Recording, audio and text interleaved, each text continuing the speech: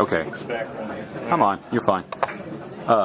Ed Fitzgerald had a press conference today calling for a referendum on some of the abortion-related language that was included in the budget.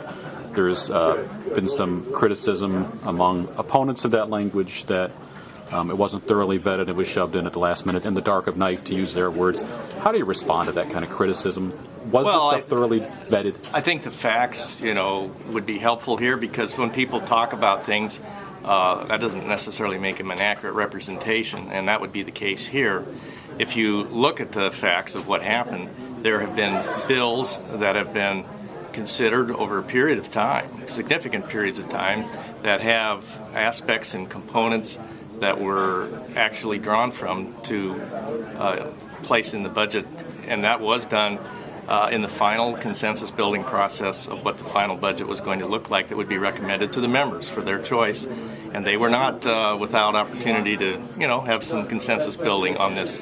So the fact is that some of these things being criticized were actually vetted quite heavily in committee, not only this session, but in the previous session. And while what was done was actually perhaps a subset of the bigger pro-life legislation, it's, I think, probably not going to stand up well when the facts are examined, if people choose to examine the facts. Do you think there are a majority of Ohioans who support those provisions, specifically the abortion-related provisions in the budget? Well, that's an important question, and this is about leadership.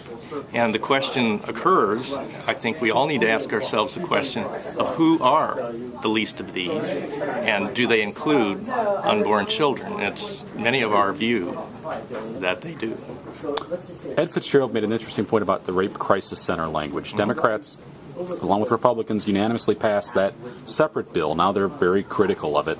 He said that they were forced to vote for it under the threat that they would pull funding for rape crisis centers from the budget. Did that happen? Of course not. No, that's just unfortunate talk. Okay. All right? That works.